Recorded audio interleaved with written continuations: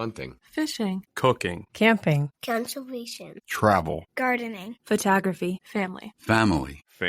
harrowing. This is the Outdoor Rules Podcast.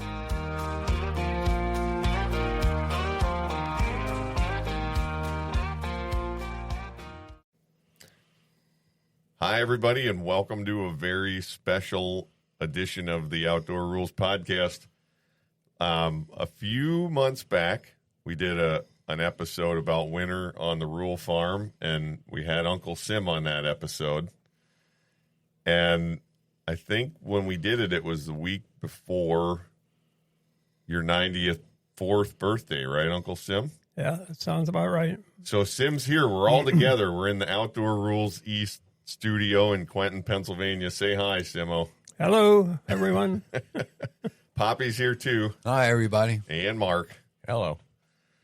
So I like that episode about winter on the farm so much, Sim. We kind of got going and got a plan to get together, which is what we're doing now, right? Yep, Got a big family reunion tomorrow. I got a big family reunion going all day tomorrow. It's going to be fun. Yep, Nice to see everybody. Your daughter brought you in all the way from you're north of Pittsburgh now, right? we're along the river, along the Ohio River in Sewickley. Sewickley. Yeah, which is a suburb of Pittsburgh, a yuppie town.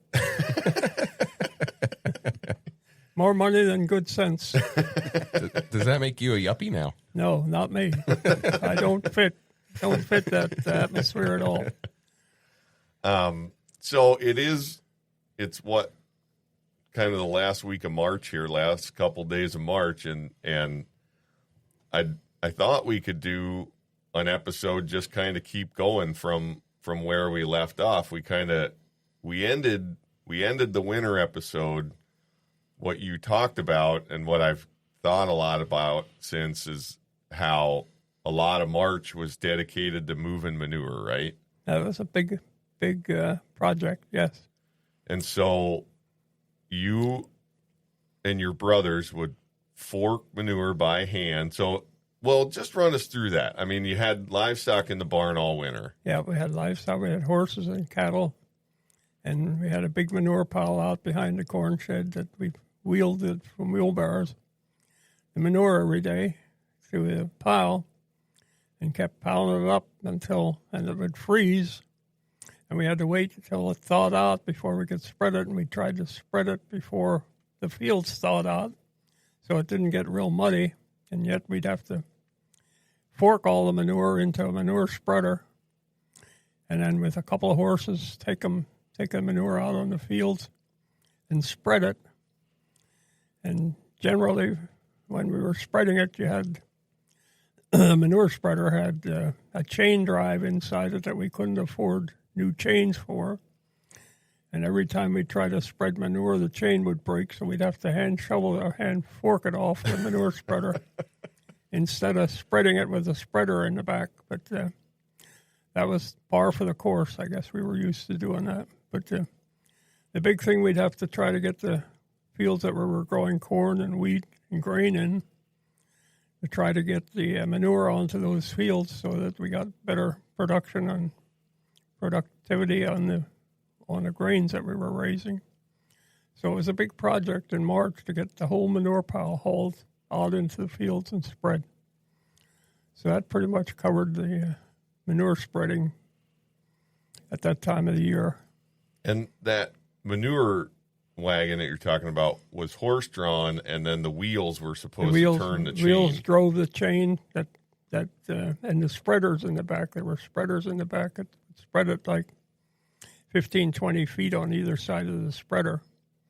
And the chain would feed it back into the spreaders until you had it completely empty. So you probably had, I don't know, maybe a half a ton or maybe more of manure in there each time you hauled one out.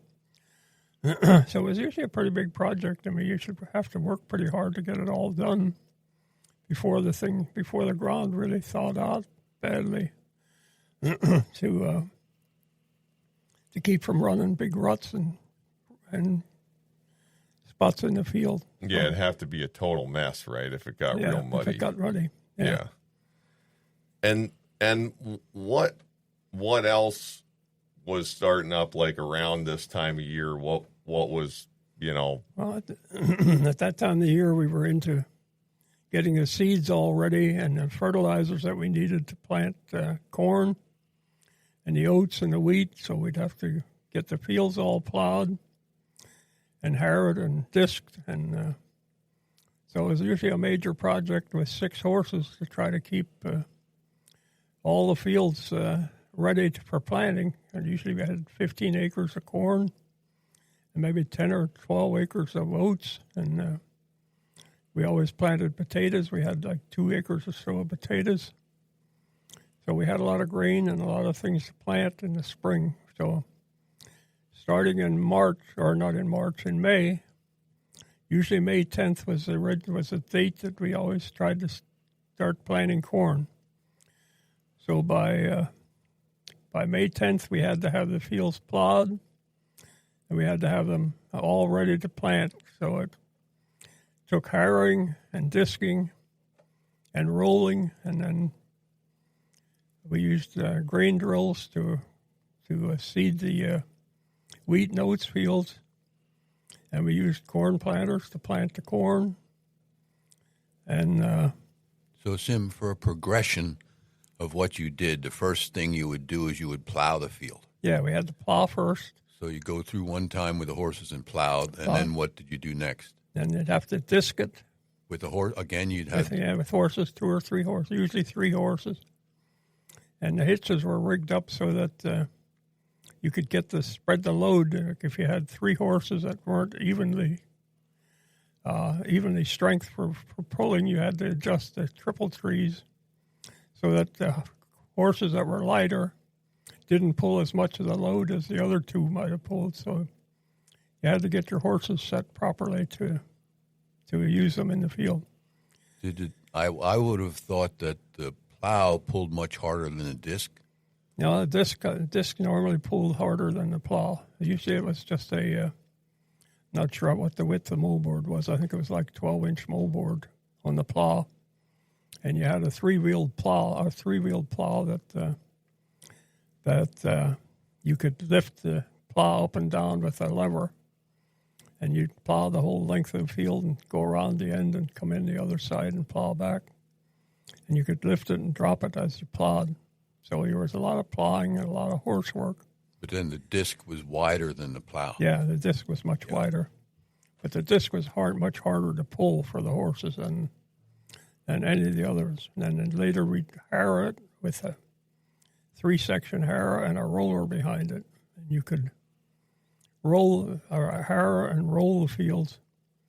And I remember Dick was on the back. He sat on the back on the roller to control the horses, which was, as you did that, I remember Dick falling off the roller in the front of it and the roller running over him.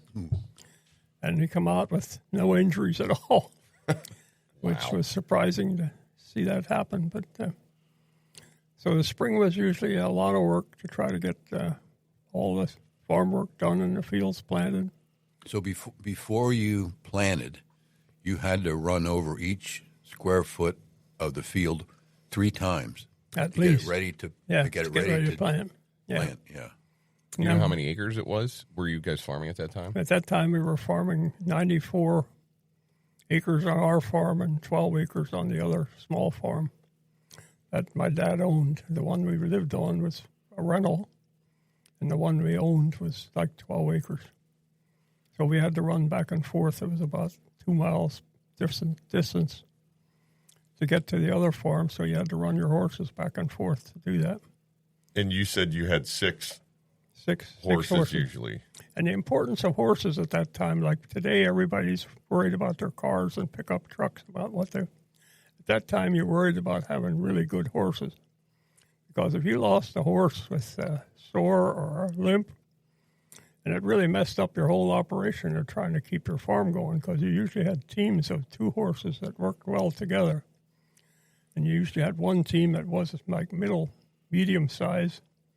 Then you had another team of horses that were much bigger and stronger for the heavier work. And then you had another team of 2 that were kind of filled in wherever you were working, wherever you were doing something extra.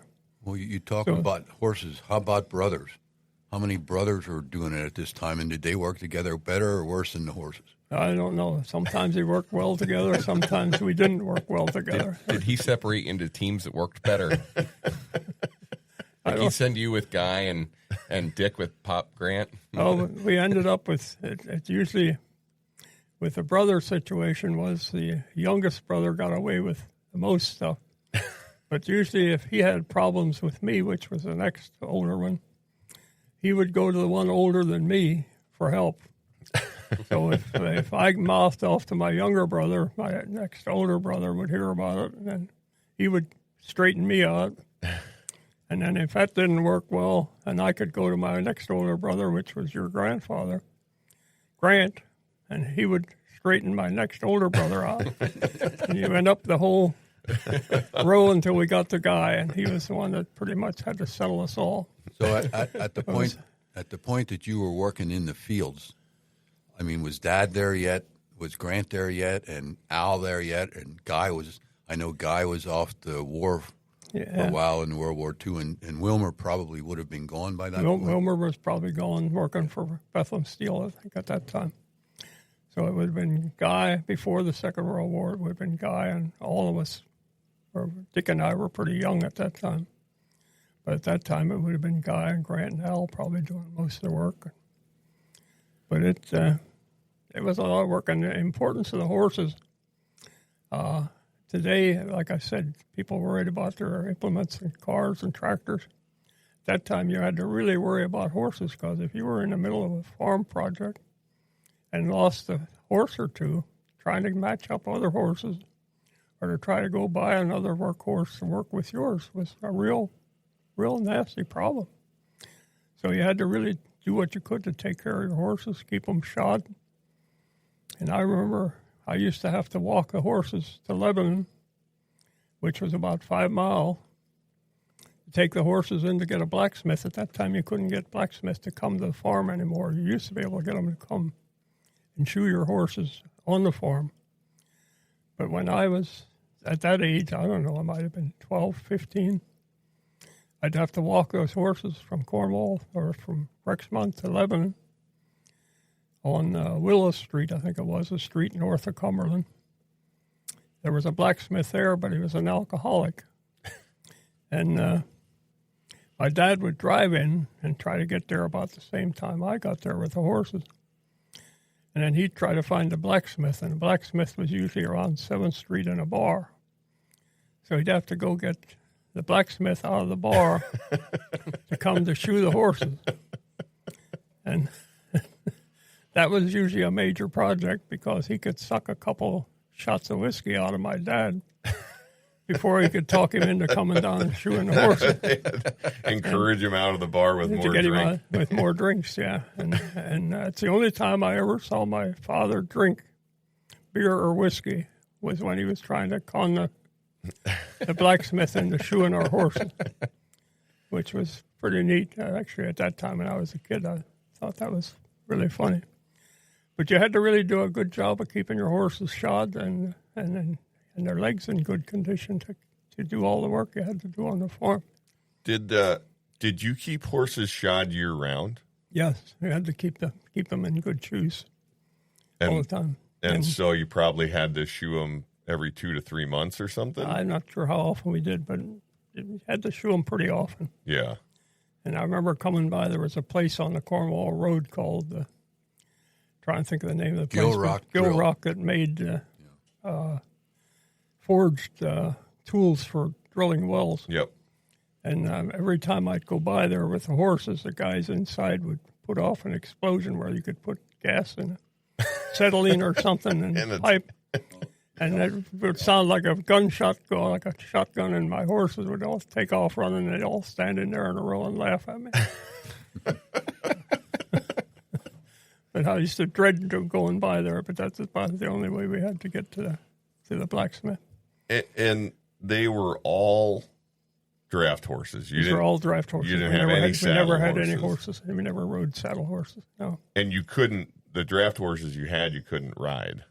not for riding enjoyment. We rode them sometimes for work, but most of the times we didn't. But like when you took them to town, you walked them. You didn't ride them. I'd ride them. You would? I'd ride one of them and walk the other two alongside. Yeah. Yeah. Do you know, were they Belgians or? I'm not sure what there was. A conglomeration of different types of horses. There's a. One was, I remember, some Ruhls, and there were some, not sure what the other ones were anymore. There's a photo we'll put up of Guy in his. On a big white horse. In his, World War II uniform on a big white or gray horse. We it had a pair of those. Those were our big workhorses. It is an incredibly big horse. They were enormous horses. Yeah. And they were always hard to keep collars from getting their shoulders infected and sore. Those two big horses were always a problem. We never had that problem with other horses, but we always had those two big ones. But they were monster horses. You said you'd have a team or two of real big ones like that and then a team of smaller horses? Yeah, they weren't near as big, but they were good size, but they weren't near as big as those two big ones. What was the purpose of having different size? Like, what was the purpose of having a smaller team? Well, the loads that you carried, like some things were really simple. Like if you were cultivating corn, two horses could pull a cultivator pretty easily without any hard work at all. But if you were pulling wagons loaded with corn or loaded with grain, pulling those heavy wagons, a lot of times you'd have two horses hooked up to the wagon, and then you'd have a hitch on the front of the tongue in front of the horses, where you could hook two more horses in front of it. So if you were pulling a load of wheat or something into the barn or up through the barnyard and up over the barn hill, it would take 4 good horses to pull that wagon. So you usually added your 2 big horses in the front to pull the main part of the load. So it was a big advantage to have a couple of big horses along with it. Mm-hmm. But usually on 4th of July, we would start to binder wheat. And I don't know if you're familiar with what a wheat field looked like when you would binder it. But a binder was made with an 8-foot cutting bar and a conveyor. And you had one enormous wheel that was like 4.5, 5 feet, wheel with cleats on it, and that drove the whole binder. So you'd pull it with 4 horses. And that wheel drove everything. It drove the conveyor, it drove the cutting bar, it drove the conveyor that conveyed the wheat as it fell in, and you had a big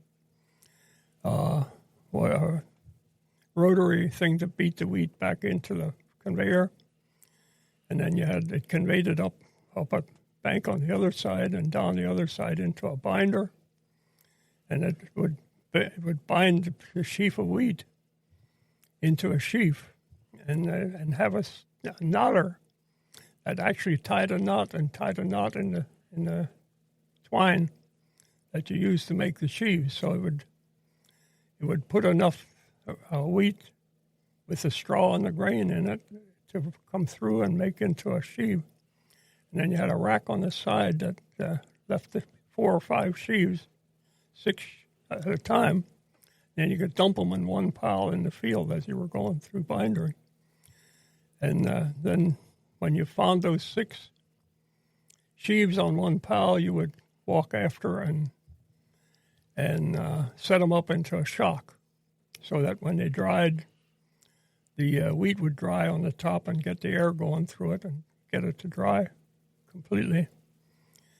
So bindering on the 4th of July was a major project. You'd have to keep the horses going. You had to keep the binder going. And the binder really pulled hard. There was a lot of work to pull that binder. And usually at that time you were always worried about rain.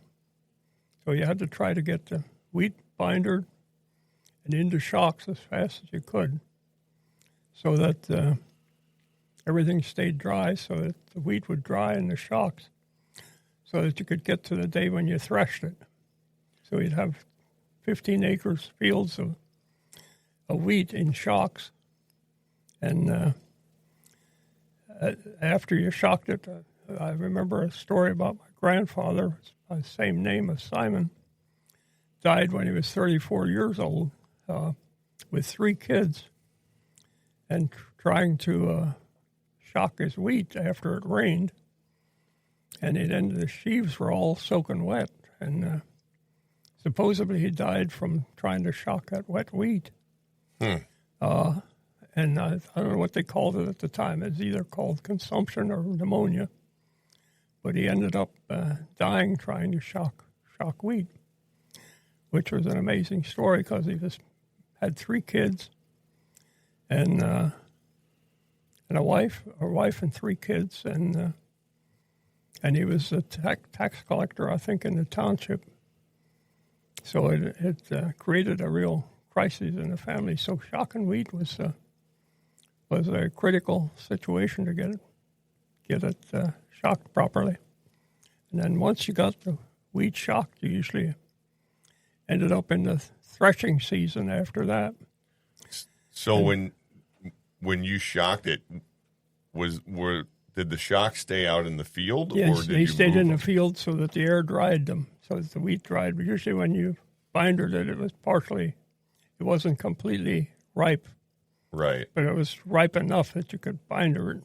So you wanted to get it done, and you wanted to get it cut so that it would dry, and then you wanted to get it dried so you could get it ready to thresh.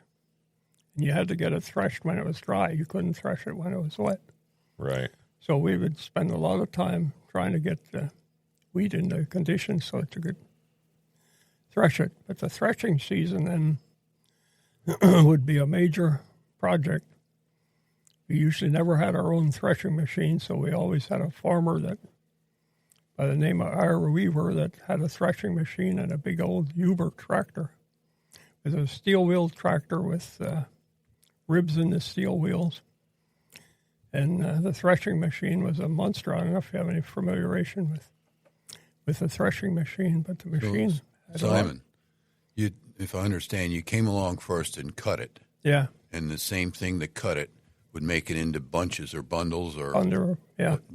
and then it would put like 6 of those on the One pile. on the unit, and on then a you conveyor. dump those 6 off onto the ground. Yeah. And someone else would come along later and stand them upright shock 'em. and make a shock out of them. Yeah. Was it always just 6, or did you put a couple rows you together? could make 6 or 8, whatever you want. Okay. Normally you went with 6 or so. And then you came along with a thrashing machine and threw them into the. You had to load them all into wagons afterward. Okay. And you'd have the threshing machine set up in the barn. Okay. So you'd back the threshing machine into the barn, nail it, wheels down so you were holding it in place.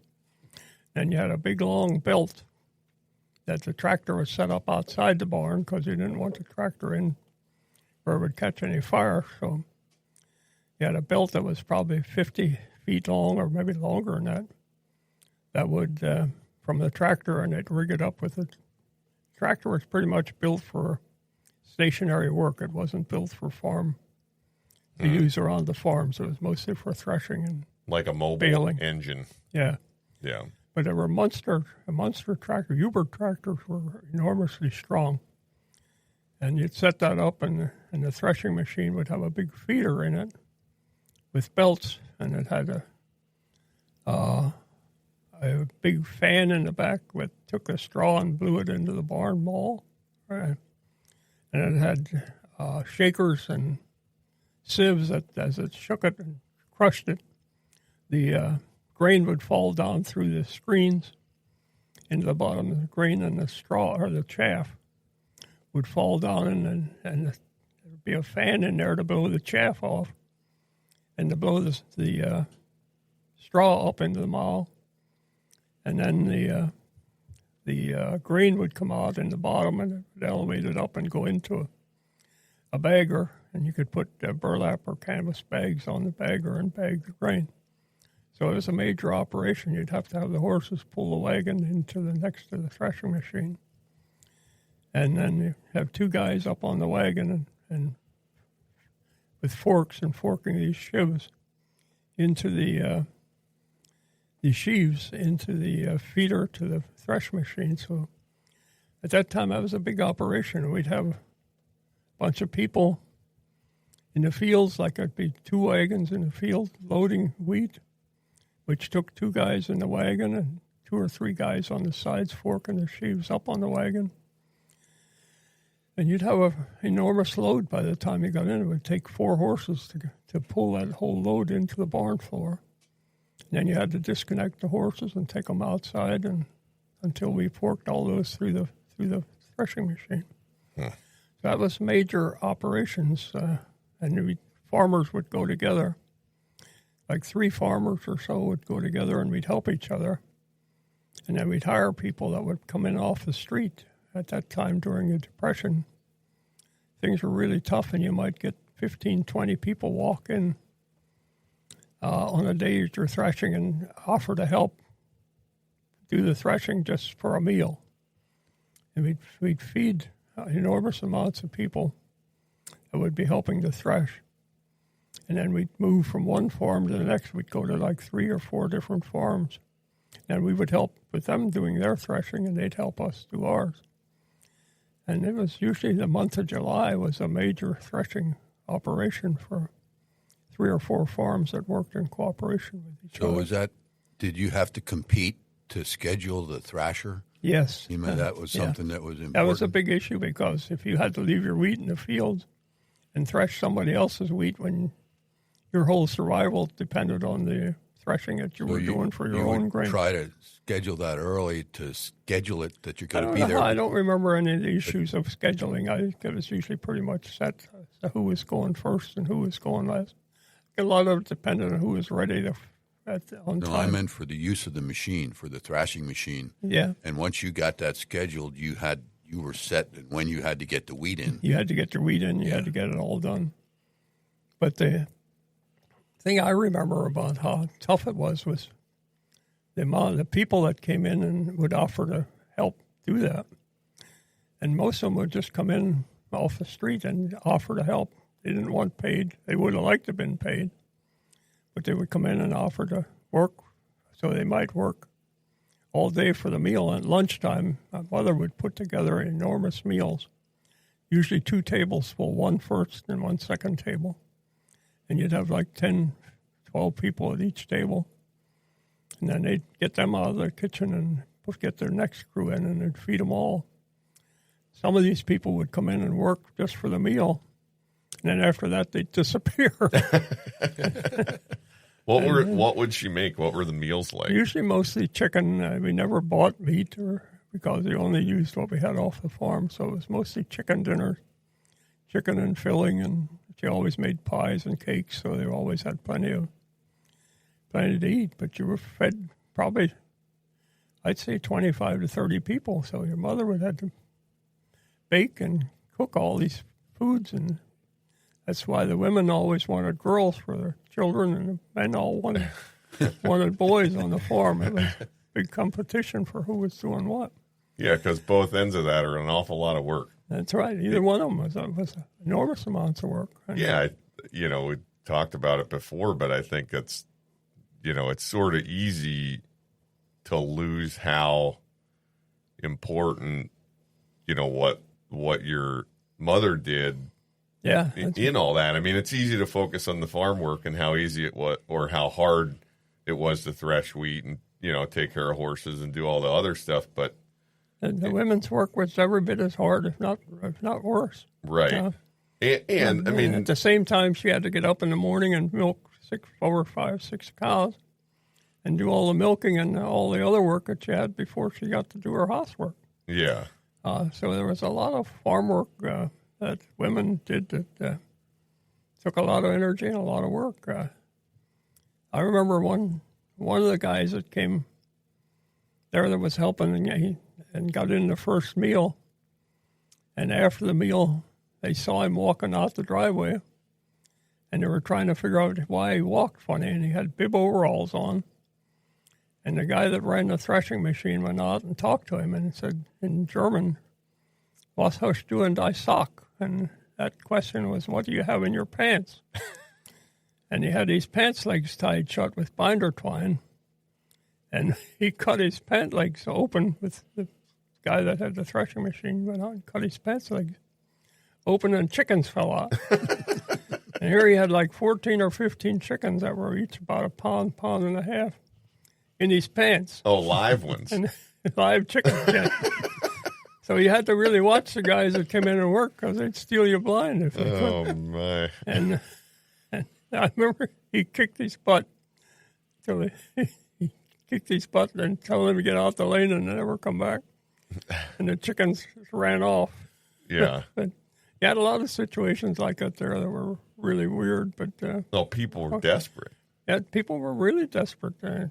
They would steal.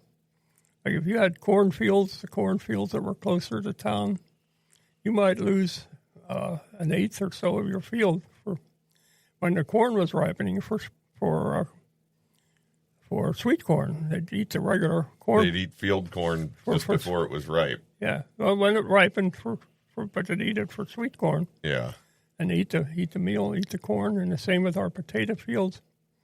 The ends of our potato fields will all be dug up, or people would have dug up the potatoes and stole them at night. Oh, wow. So you had to keep watch of what was going on around your farms all the time. You were talking that was like in the late 30s and 40s? Yeah, it was during the with the war. Depression, and times were really tough. So, Sim, on the last episode, we talked a lot about butchering because you did that in the winter, right? Yeah, And canning meat. yeah. Now, I think you've already seen this, Yeah, but you said in that episode that the best piece of meat you ever had was beef tenderloin. It was had been canned. been canned. Yeah, Well, I know if you're just listening to this, you can't see it, but with a lot of help from Erica, from Rachel's mother, yeah, we bought some beef tenderloin and we canned it. yeah. It looks pretty much like what I remember. It never looked very much appetizing, but Yeah. Well, that one's for you to take. oh, thank you. Yep. Yeah, And I think we have some to try. We're going to try this live. Oh, you haven't tried it yet. I have not tried it at I all. want to have you guys try it. I'm going to try it. I'm going to try it. I See what had they it. think of it. Huh? Go ahead. Here, let me see. Yeah, that's what it tasted like. Yeah. It's pretty good. I don't know I'd say it's the best piece of meat I ever had, but it's pretty good. It's pretty good. We always ate it hot, and I think it's like a good roast.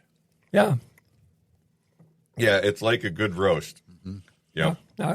I liked it. Man. Yeah. So we Yeah, didn't mess it up.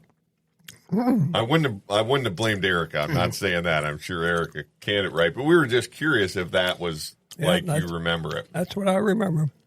What, And Mark? would you out of the can? Would you guys fry it up? Would you? No, we just ate it as like a roast. It was mashed potatoes and vegetables.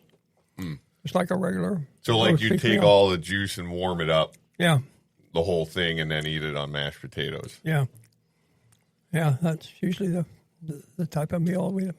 That way you could can it and you could eat it any time of the year when you wanted to eat it. Was there a special time when you would eat that meal, or was it just something your mom made? Just a normal meal. That maybe a Sunday we might have had that. Yeah. Sunday meal. Usually after church, we always had a major meal. And oftentimes we probably would have eaten that tenderloin at that time. Right. So, yeah, that was good. So you were talking about planting. I mean, you kind of ran through all the planting, and then you would plant the row crops. But Yeah. then you must have had to take care of them, right? Like in the early part. I mean, in the spring and Well, beginning of summer. If you had corn, you would plant the corn in rows with a 2-row corn planter, and fertilize it at the same time. So Well, you had with what? with a corn planter that had for 2 rows. I mean, what was the fertilizer? I'm not sure what Like it something bagged that he bought? Yeah, or- we bought it in bags, and you had a fertilizer hopper and a seed corn hopper, and as it went down the row, it would place the corn seeds where you wanted and fed fertilizer in at the same time. Mm-hmm. And you had a disc out the side, that the disc where you made the center line for the next row to plant the corn. So usually the corn planting, but once you had it planted, once the corn started to come up, then you had to cultivate it. And you usually did that with 2 horses and riding cultivator that you could guide the wheels. You had pedals that you could push, which would guide the wheels either to the left or right. If the horses didn't stay exactly right on the row, you could guide that cultivator so that you stayed right on the row regardless of where the horses walked. And as long as they stayed close to the center of the row. The cultivating was about weeds, right? Mostly weeds, yeah. And the tough part was if you were running around a lot at night, it was hard to keep watching that row and sitting there in that cultivator all day without falling asleep. And then when you fell asleep and you stopped the horse and you looked back and you had 50 to 100 feet of corn that you cultivated out of the ground, you have to stop and go back and replant them all. I would imagine your dad wouldn't be too happy if you... We had to make sure we got in there. He'd notice where we planted them if they weren't in a completely straight row where the planter would have planted. So he usually checked to make sure you did that. So we spent a lot of time running around at night, and there's a hard time staying awake riding the cultivator all day. Yeah, well, and that I kind of wanted to get into. We talked about winter on the farm and the stuff that you all did for fun, like playing hockey and ice skating and Bloomsock. Is that right? Bloomsock, yeah. We Yeah. played Bloomsock. What were the things as the weather warmed up in the spring that you all started doing that weren't work related on the We farm? played a lot of softball. Some baseball, too, but mostly softball. We had fields set up in the corners of the fields where we'd play softball. I remember you guys probably remember a guy named Earl Kurtz. He lived right up the lane from us, and we had a ball field set up right by his house and back in our pasture. And a lot of evenings, the whole kids, and we'd go up and a bunch of kids from town would come down and we'd get softball games going.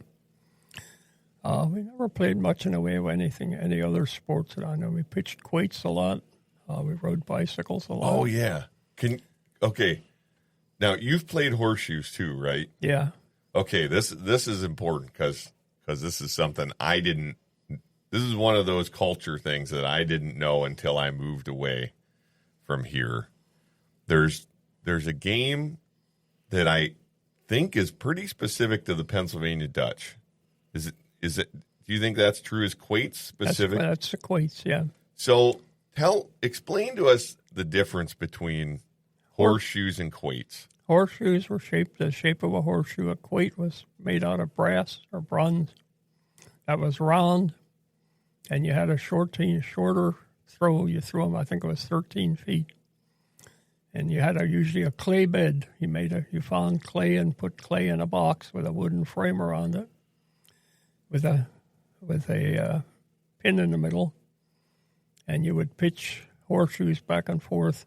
Usually 4 guys, 2 on either side. There were usually teams of 1 on either end. So you had one team with a guy on one end or a guy on either end, and we'd pitch to I think it was 21. The ringer would get you 3 points. A hopper, which was if it leaned against the peg, that was 2 points. And if you threw it upside down, you got 1 point. So we'd pitch quoits all the time. We were at it, Mount Gretna today. There's a quoit bed there that had a roof on it and had counters on it that counted. You could pull a chain and Oh yeah, you would ring a bell and count the score, so we didn't cheat on the score.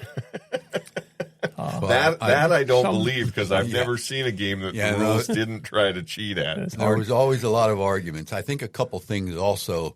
Then you got a point for the one closest to the high, and you call it the stake, or I think you always call it the hob. Yeah. And also, when you have horseshoes, that sticks up in the air a good bit. But in quoits, it was only a couple inches, it was very like an inch short. or 2 off the ground. Yeah, it wasn't right. And if you got 2 quoits closer than your opponent's quoit to the hob, then you got 2 points. Yeah. If you had 1 closer, you got 1 point. 1 So it was point, always who got closest to the hob because there weren't always a lot of ringers or. You'd get if you were any good at it. You could pitch And quite a few ringers. also, if you set upside down, leaning against the hob, you got a point. You got 1 But point. if it was upside down, away from the hob, and not touching it, it was nothing. You didn't get anything. That's right. Yeah, so the quoit itself is like like you're saying, it's a ring, but it's domed on one side. Yeah, it's and hollow in the middle like a donut with a hole. And so it had to be. Want to go get one? No, it had to be right side up to count, unless it actually was a ringer. Yeah, or a leaner. Or a leaner. Yeah. Yep. Yeah. And like you said, Simo, I think you play it at about half the distance of horseshoes. Yeah, I'm not sure what the horseshoe length is anymore, but it's, and what do you think a quoit weighs? It's heavy. It's 3 pounds, 4 pounds, or something. I couldn't even guess what the weight was. They were pretty heavy. Yeah. Yeah. Which is part of the reason it's closer, but it's a challenging. Yeah, we played a lot of quoits. We did that a lot. Everybody had a set of quoits. If you had a picnic or if you had some outing, there was always a quoit bed where you could pitch quoits. It's one of the things that I really remember loving about our summer family reunion that we would have here in Quentin. Yeah. Is they'd set up the quoits, and then, all of you guys, everybody would play, and and hassle each other. Hassle each other, try to cheat, argue about which quoit was closer, whether something was leaning or not. Or you always have to find something and you could contest. The place that surprised me that we did that is when your one daughter got married, and was it at Buchanan's home in Lancaster? Yeah. Wheatland? No, is that Wheatland Estates? And when we got there, they had quoit beds? I guess that was where it was. Yeah, I think there were quoit beds there. And in our wedding gown, she pitched quoits. Yeah. I remember that. Yeah. I had forgot about that. Yeah, that is true.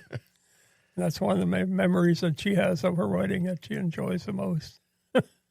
And you played softball on the farm, is that what you were saying? Usually, and there were also church leagues. There was a church league that we always, like the Quentin Church, always had a softball team that you were usually one of the better ones in the county. I think between Quentin and a church in Avon, usually played, and it was always tough to keep good Christian church guys from getting into arguments and fights at the softball games, and some of them would get pretty contentious. Yeah. And I remember one guy named Smith that lived here in town that was, at that time, I thought he was really old because we were kids, and he was in his 50s and used to play that game. And he was the only guy I ever remember that could play softball and bunt a ball to the first base line and get on base when everybody would cheer him.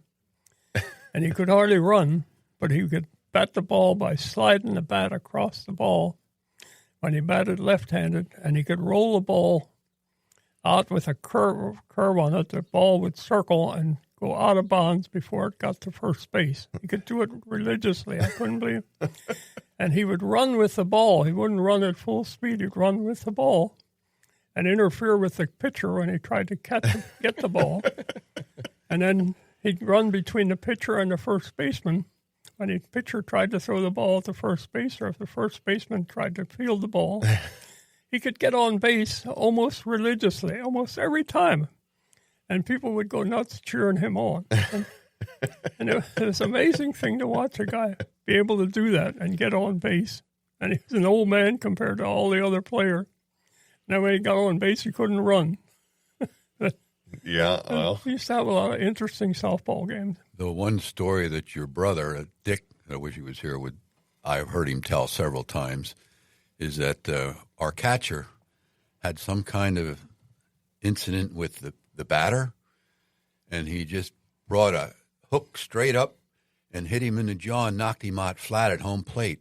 Yeah, and Dick was in the outfield playing with the Reverend at the time. Yeah, the Reverend. And he went over and he said, was a good ball player. Right? Yeah, and he said to him, "Should we go in there?" And the Reverend said back to him, "They're adults; they'll take care of it." I don't remember that incident, but yeah, what was his name? Bucher, Reverend Bucher was a good softball player. Yeah, Norman Bucher, excellent softball player.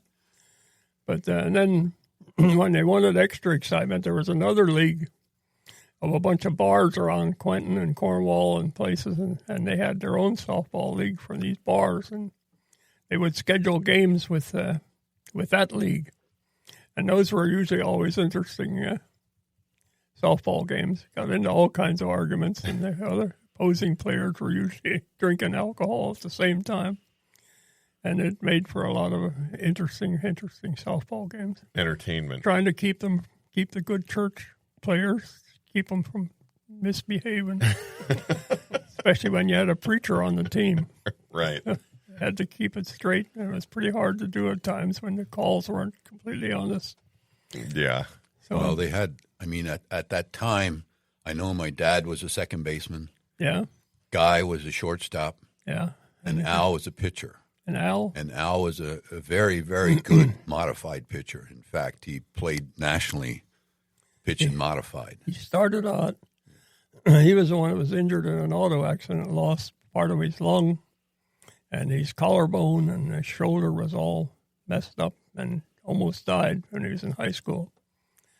And then got drafted for the Army when he graduated at 18.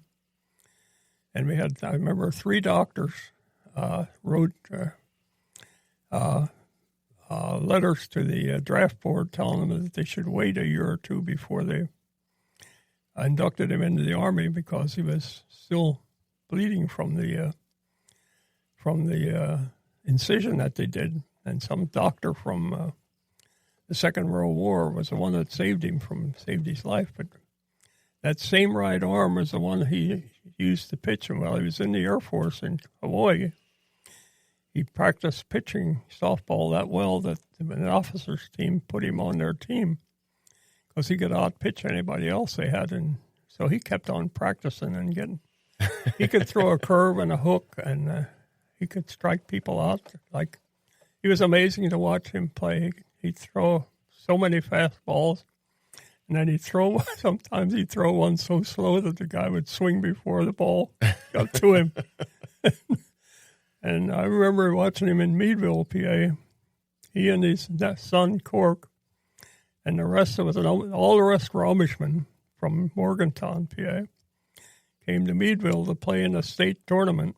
And they started on Saturday and played all day Saturday and Sunday. And I think their last game was at 3 o'clock on Monday morning in that ballpark under the lights. And they came in second in the state tournament, and Al pitched, I don't know, maybe 4 or 5 of those games. And he was that good a pitcher. And at that time, how old was he? How old was he at that time? He was pretty old. I'm not sure. I'd say he was in his 40s at least. Oh, yeah. Maybe early 50s, but I'd say 40s. But he pitched late into his 50s. Yeah, And, I remember him. There was a guy that used to come around with, I'm trying to think what his name was, Bruckner or something, that came around with a team of, I think, 4 players. He had a catcher, and he was a pitcher, a first baseman, and a fielder. And they would challenge any softball team to a softball game. And they beat everybody that they ever played. And they were all good hitters, and the pitcher, nobody could hit the pitcher that they had. And Al pitched a game against him, and they beat him. Oh, Yeah, that was one of the greatest accomplishments he thought he ever did playing softball. But he was an amazing softball pitcher. So, yeah, we did play a lot of softball. We played not much other sports. I don't know anything else. Grandpa played sockball, they called it, which was an Amish and Mennonite game of that they roped off a field on the manure pile in the wintertime. Whenever they had sales, whenever there was a farm sale, they would always have a ball game going on the manure pile. And it was called sockball, and they had roped off an area in the middle of the manure pile, and you'd have guys standing all around the outside with this ball that was a really hard rubber ball. It really hurt if it hit you. And the guys in the middle had to duck the balls that the guys on the outside were throwing at them. And if you got hit, then you'd get out, and they'd keep going through all of them until everybody got hit. And my dad was always played that game at every time they had a farm sale. Was it like, it's almost like a manure pile dodgeball? Yeah, that's exactly what it was. Could they catch the ball? No. The guy in the middle couldn't Could You he catch couldn't- it he like in couldn't. dodgeball? If they I did don't- that? They never did anyway. You always threw it where you tried to hit him in the butt or in the legs. And it was a really hard ball, a rubber ball. But I remember he played that almost every farm sale that they had. And so that was a farm entertainment in the wintertime. Simo, there must have been this time of year must have also been starting to do a lot of gardening, right? Amazing amount of gardening. We had an enormous garden with corn and beans, and potatoes, and just about everything you could imagine that you could take to market and sell. Carrots, radishes, a lot of onions.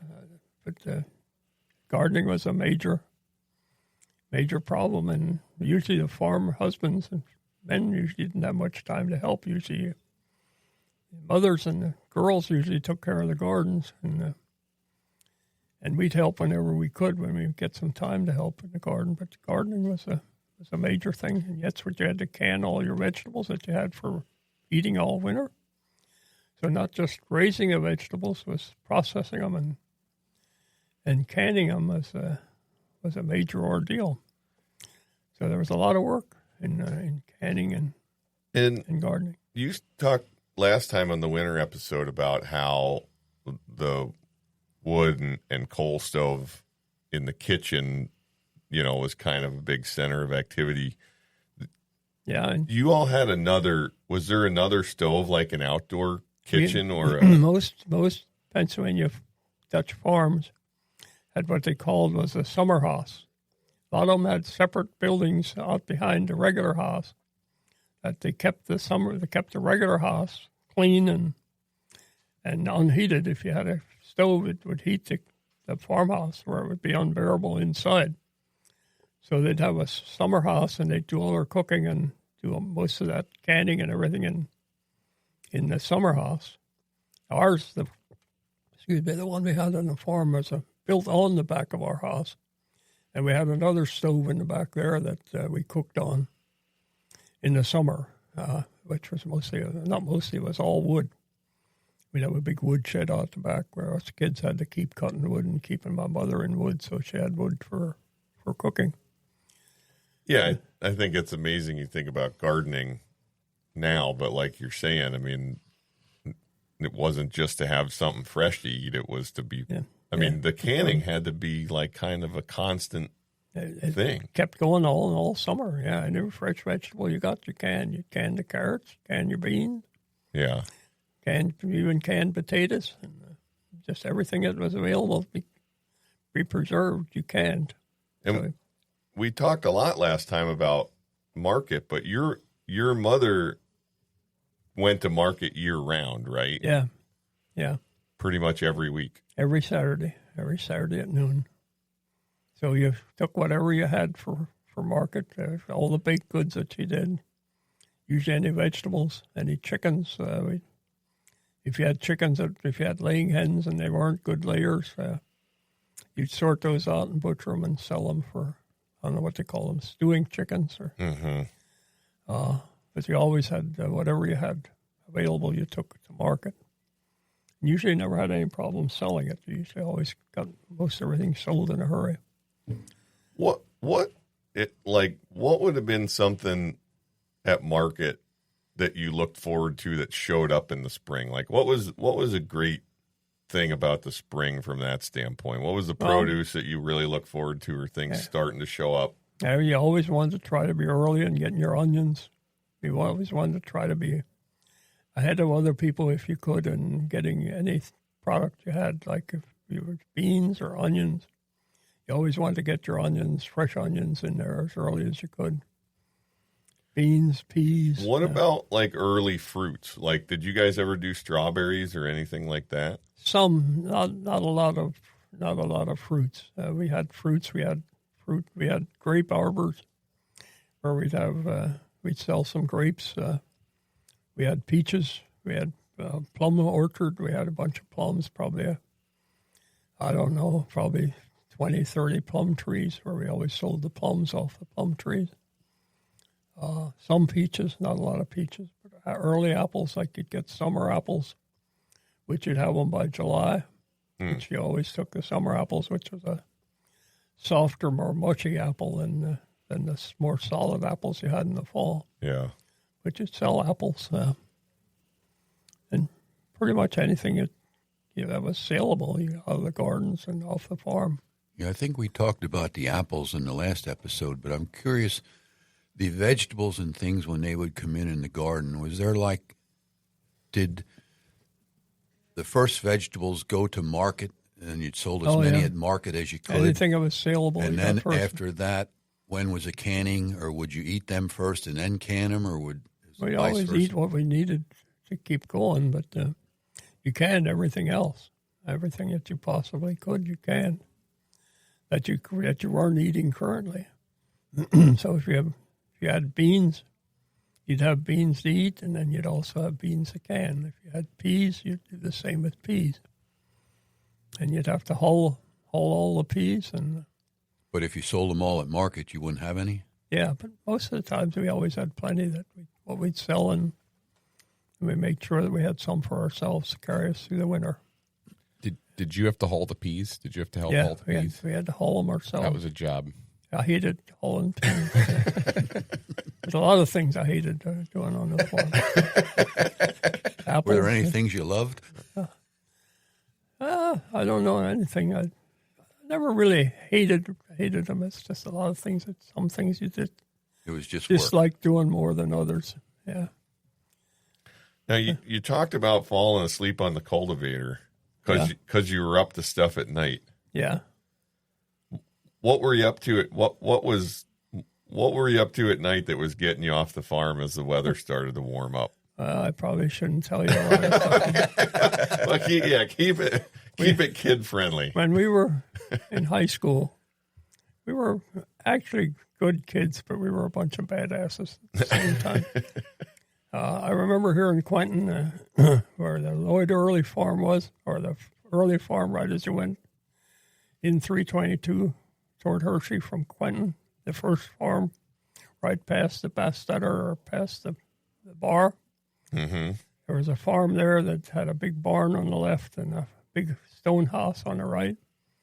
And right above it on the hill was an enormous sign, one of these big billboards that was probably 10 feet or so high and maybe 30 feet wide with big pictures. I can remember driving 322 from out further west to Harrisburg and places coming east. They had these signs, big billboards everywhere. That was their main source of advertising.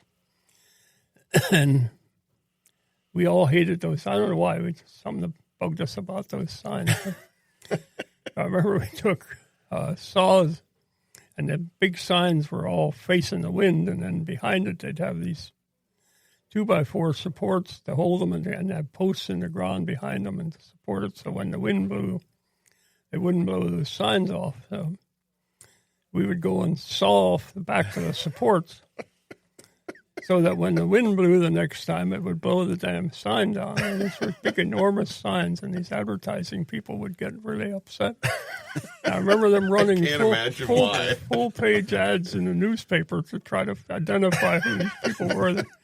And we probably destroyed 10 or 15 of those big signs. It's like that, from Ephrata all the way to Hershey. And we got enormous enjoyment out of doing it. And just wait for the next windstorm to see which one would blow over next. And if you cut all those supports off, it didn't take long until you got some wind to blow them down. But we did a lot of dumb stuff when we were kids. I think you're when supposed we were to. Teenagers especially, yeah. And it was usually all farm kids that were in the ag departments and farmers.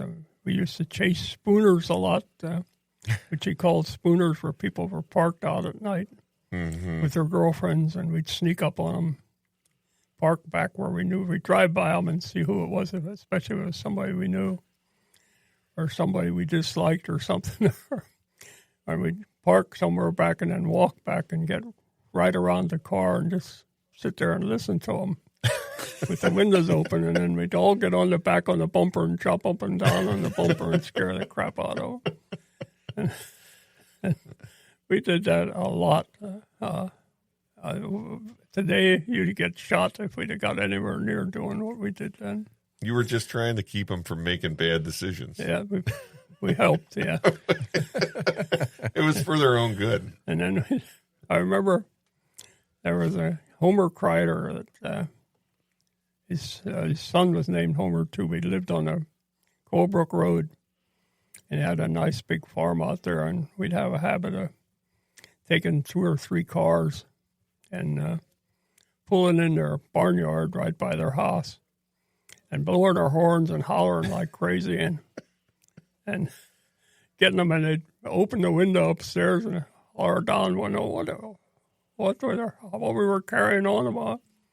And we'd ask him if he pissed before he went to bed, and then drove out the driveway.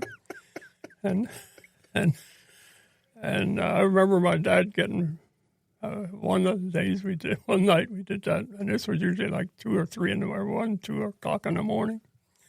And I remember my dad getting up and chewing my butt up one downside the other. Evidently, Homer Kreider called my dad and told him kids off his farm at night. And we were good kids, but we did a lot of dumb stuff just for fun. Yeah. And I remember we you had road signs all over the place, all around these country roads. You had these signs that would tell you how far it was to the next town and give you a direction of which way to go. And they were usually nailed onto a 4x4. It was sunk in the ground. And we'd go up and take a crowbar and take those signs off and take them maybe 3 or 4 miles down the road and take the signs off of there and put these signs on that one. And people were driving, they had no idea where the hell they were going. And we'd take the other signs that we took there and bring them back and put them on drive the road crew crazy trying to figure out what we were doing. I remember, especially around Halloween, we were bad. We'd do all kinds of dumb stuff with farmers, and people would leave their wagons and equipment sitting out in the fields, like if we were baling hay or something, and they'd leave equipment, wagons and stuff sitting out, and we'd get 3 or 4 guys and push it down the road a mile or so, and park it in somebody else's field. And the next day, the farmer would get up and be mad because somebody stole his wagon, whatever, side delivery rakes and dump rakes and stuff. We'd move 2 or 3 miles to some other farm and try to figure out what we were up to. Oh, my. And the other thing we did at night was a thing we called bull banding, which was when a couple got married, a local couple of friends of ours, or it was always one of our friends got married. We would call them either bull banding or serenading. I think it was called serenading. But we'd wait until after they got married for about a month. And then when they settled into wherever they were living, we would get the whole crew, sometimes as many as 20, 30 cars. And we had a box that we made out of big planks that was like, 3 feet by 6 feet or so. And you strung baler wires across the corners and through the sides and twisted them tight so that it was bound really tight. And then had a big plank that you put across the top with resin on it. And maybe take 6 or 8 guys to drag that plank back and forth across the box.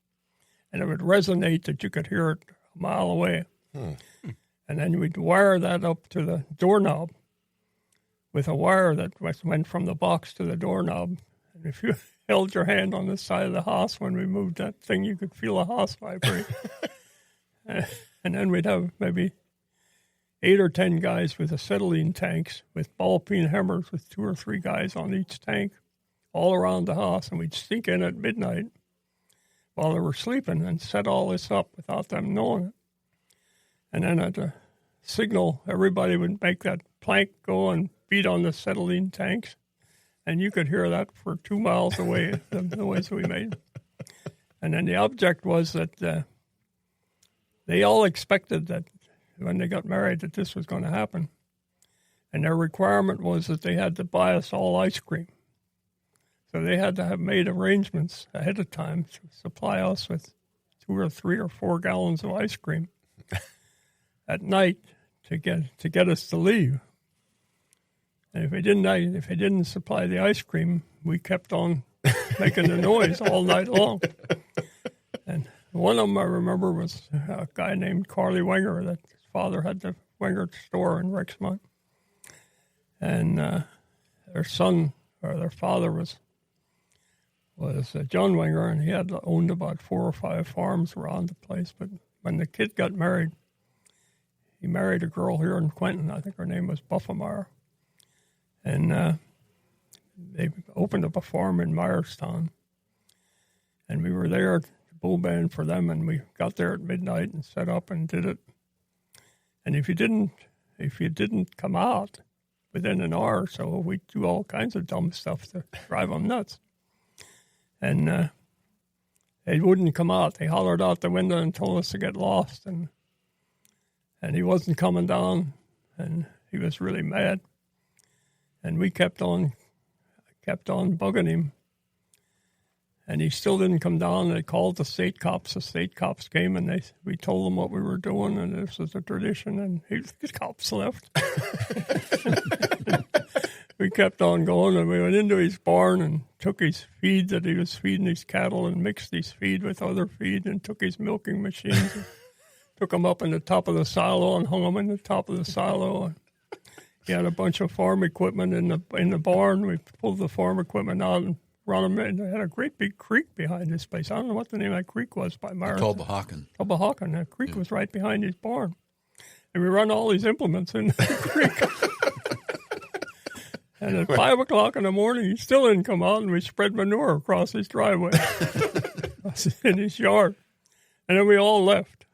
And the next day, his father and he called all the different all of us, and said they were sorry that they were that bullheaded, and they invited us all for ice cream on 5th Avenue and Cumberland Street. There used to be a place that sold ice cream across the street from 5th Avenue. And they invited us all to come in there, and they was going to supply us all with ice cream, and then nobody agreed to go. We had this all set up, nobody went in. But anyway, anybody that got married at that time, you would do that. They'd have this big, but most of them, in fact, that's the only one I remember that wouldn't come out. Everybody else, after an hour or two, they'd leave us work a while before they'd come out, but they'd finally come out, and they either have ice cream available in their freezers, or they'd have arrangements made with some place we could go to get ice cream the next day or something. And then it all happened very peacefully, and everybody had a good time, and that was just They did that to us when we were married. Huh? Karen They did and I it got too? married. Yeah, we got bull band. Really? Where Yep. did you live then? On Thompson Avenue in the farm. On the farm? We lived, when we first got married, we lived in the farm for about 9 months on the other side of yeah, Lebanon. I didn't remember that. Before we Yeah. moved back here to Quentin. So Yeah. they did it there on the farm. That was always a fun time. So that's some of what kept us busy at night. I'm glad to know this, because now I can tell Caitlin that I take ice cream so seriously because it's part of my cultural tradition. It's not just that I love ice cream; it's important to me culturally. Most of them didn't drink we didn't drink any alcohol, but we did our fair share of ice cream. You acted like you did, though. Huh? Yeah, You we acted acted like it did. I'm curious, with Dad and Mom, and we talked about that in the past in other podcasts, they met mostly roller skating. Yeah. You guys, were you a roller skater too at that I time? roller skated usually 3 nights a week. Wow. Sunday night, Wednesday night, Friday night. I never went Saturday nights, but 3 nights a week. When I first started, at that time, Guy roller skated. Guy was an unbelievably good roller skater. He could do all kinds of tricks, and he could spin around in a circle and pick a handkerchief. He could set a handkerchief on the floor with it up. He could get down and pick it up with his teeth and not tip over. Really? Yeah, I couldn't believe it. He just circle and keep spreading his legs wider and wider until he got down to where he could pick up a handkerchief. He was an unbelievably good roller skater. But one of the things I remember roller skating, the guy had the roller skating rink. His name was John Kratzer. And he had one eye, and he had a coal truck that he delivered coal on the side. That was his probably main job, and then he ran the skating rink.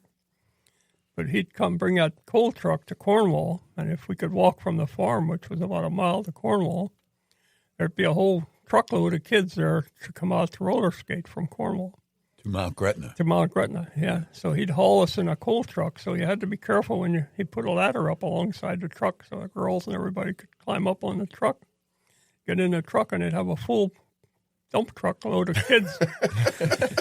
and Covered in by coal the time you got to the skating rink, your pants and clothes were all covered with coal dust. And then when it was all over, he'd load us all back up on the dump truck again and haul us back to Cornwall. I think he did that to Quentin, too. I think he had another truckload to Quentin.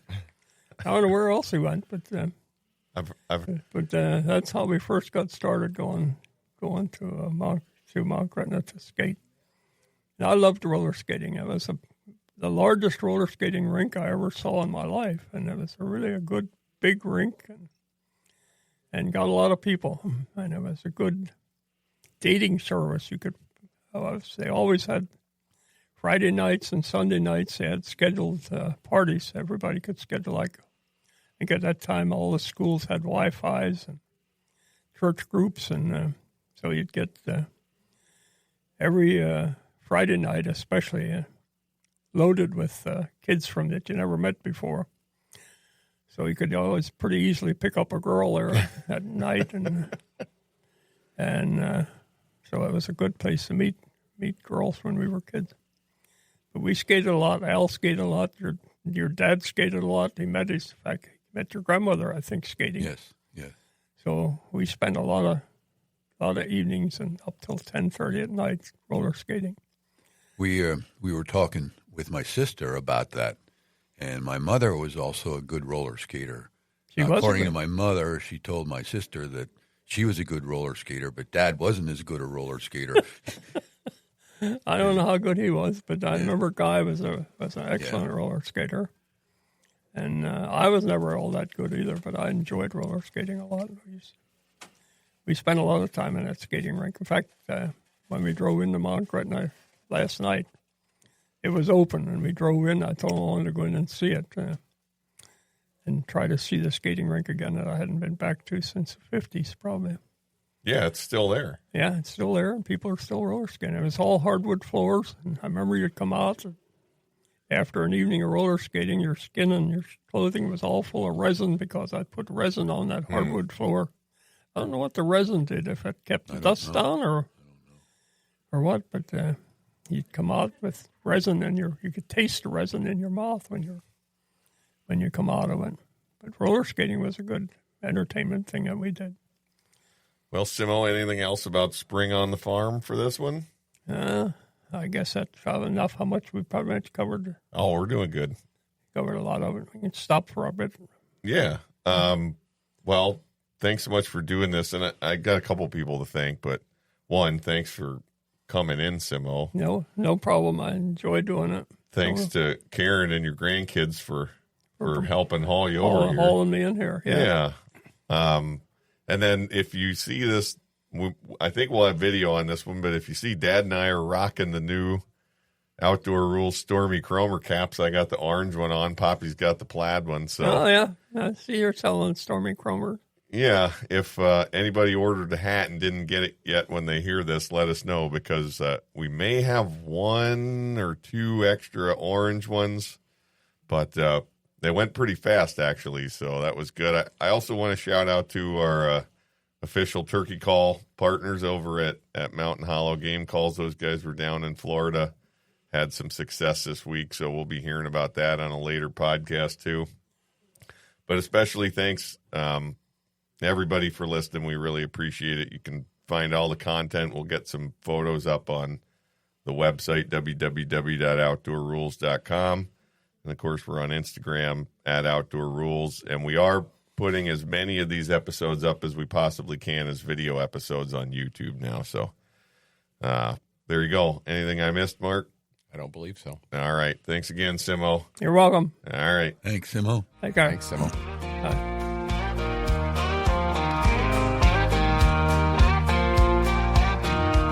hunting and fishing, the great outdoors, mixing history, laughter, love, and folklore, creating memories with family and friends. These are the trophies that matter in the end. Outdoor Ruhls.